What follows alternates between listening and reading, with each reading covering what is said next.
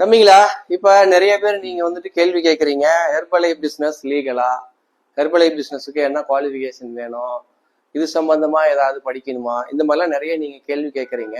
So நீங்க என்ன பண்ணணும்னா, அந்த வெல்னஸ் கோச்னா என்ன அப்படின்னு கேட்குறீங்க.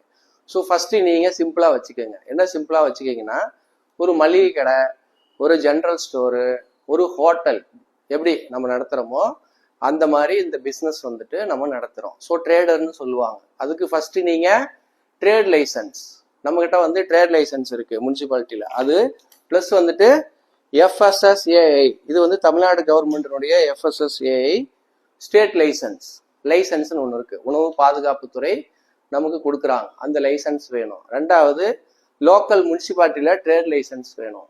ஸோ அது இருக்கு. அதுக்கப்புறம் ஒரு கடை நடத்துறதுக்கு தேவையான ஜிஎஸ்டி,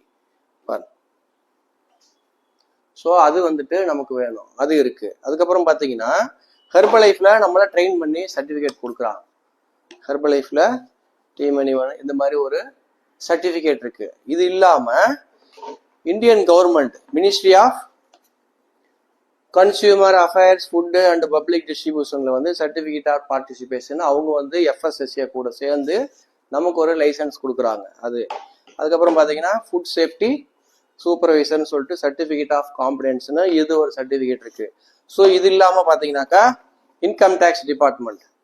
ஸோ நம்ம வந்து இந்த பேன்லாம் எடுத்திருக்கோம், அப்ளை பண்ணியிருக்கோம். அதுக்கப்புறம் பார்த்தீங்கன்னாக்கா இன்கம் டேக்ஸில் நம்ம வந்துட்டு மாசம் மாசம் என்ன வருமானம் சம்பாதிக்கிறோம், ஒரு வருஷத்துக்கு என்ன வருமானம் சம்பாதிக்கிறோம், அதுக்கு வந்து மாசம் மாசம் நான் ஜிஎஸ்டி பே பண்ணுறேன். 18% வந்துட்டு நான் ஜிஎஸ்டி பே பண்ணுறேன். 1 இயருக்கு இன்கம் டேக்ஸ் பே பண்ணுறேன். ஸோ இந்த மாதிரி ஒரு கடை நடத்த, ஒரு ஹோட்டல் நடத்த என்னென்னலாம் நமக்கு குவாலிஃபிகேஷன் வேணுமோ, பேசிக் குவாலிஃபிகேஷன் அது இருந்தால் போதும்.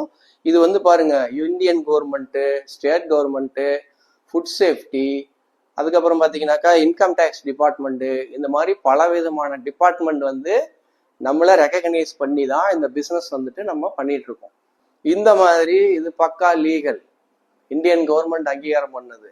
டேக்ஸ் டிபார்ட்மெண்ட்ல நம்ம வந்துட்டு டேக்ஸ் பே பண்றோம், ஜிஎஸ்டி இருக்கு, ட்ரேட் லைசன்ஸ் இருக்கு.